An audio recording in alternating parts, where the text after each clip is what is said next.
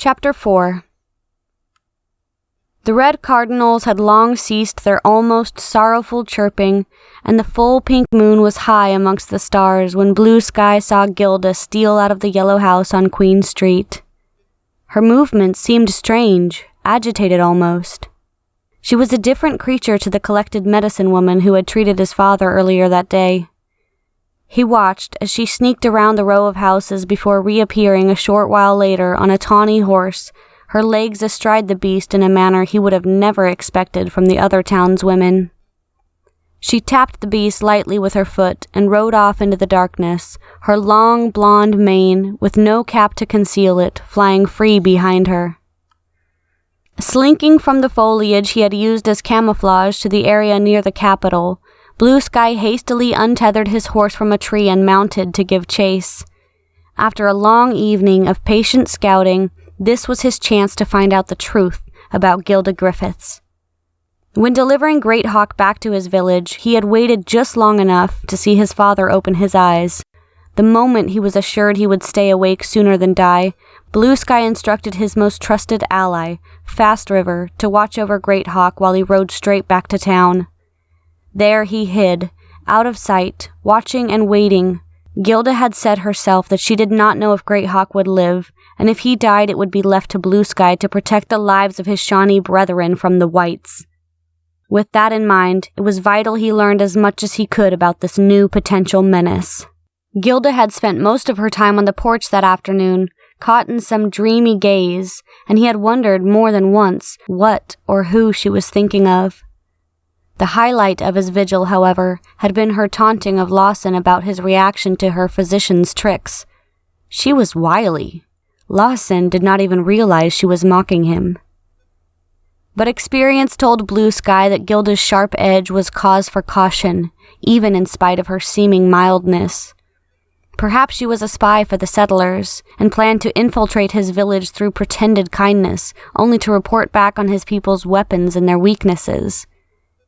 He had been sure that if he kept watch long enough, she would do something to give herself away. And now, here she was in the dead of the night, riding unchaperoned in the direction of what had, under white rule, come to be known as James River. No virtuous lady of the town would be out alone at this time of night.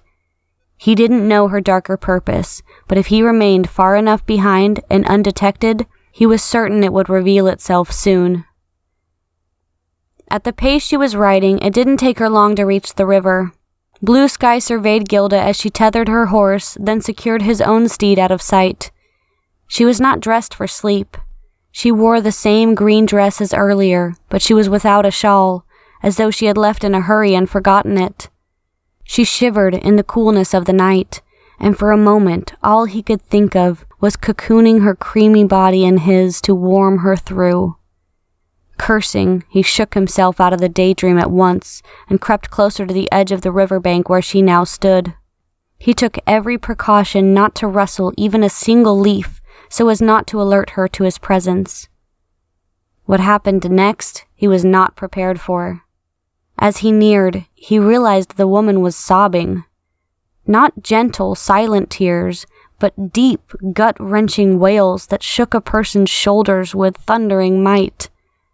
She fell to her knees as if kneeling before the Great Spirit himself and beat her fists against the ground. "Dad!" she screamed to the unhearing night stars. She screamed this word over and over again. Each time the word sounded more desperate and her breath more ragged. Blue Sky knew this word. It was how white people referred to their fathers. Had something happened to Little Son's father? There had been no man with her when she treated Great Hawk. Lawson was the only man to be seen at the Yellow House, and he had begrudgingly left before sunset. The only other notion Blue Sky had was that Little Son's father was far away, and that she had heard bad news about him. The mere sight of her tortured anguish was enough to rouse the protector in him, and he stood, poised to go to her, hold her, and shield her. But then, almost as quick, Blue Sky halted and scowled, as he realized he had thought about this woman as Little Son, that he had almost given his position away and gone to comfort his conniving enemy at the first test of his resolve. He must not let whatever grief she suffered fool him into seeing her as anything other than what she was, one of them. They took his mother away, killed her for nothing more than sport and cruelty. He was glad if Gilda's father had been taken away. Why shouldn't she know his pain? "Forgive me, Father," Gilda whispered to the river, slowly rocking her body from side to side as a mother might rock a baby in her arms. "I love you. Please forgive me." She wept this way for a little while longer, almost long enough for Blue Sky to feel shameful about wishing her father away. Almost, but not quite. Once she had finished weeping, she dusted off her skirt and turned back to the horse who was huffing his cloudy breath into the night air.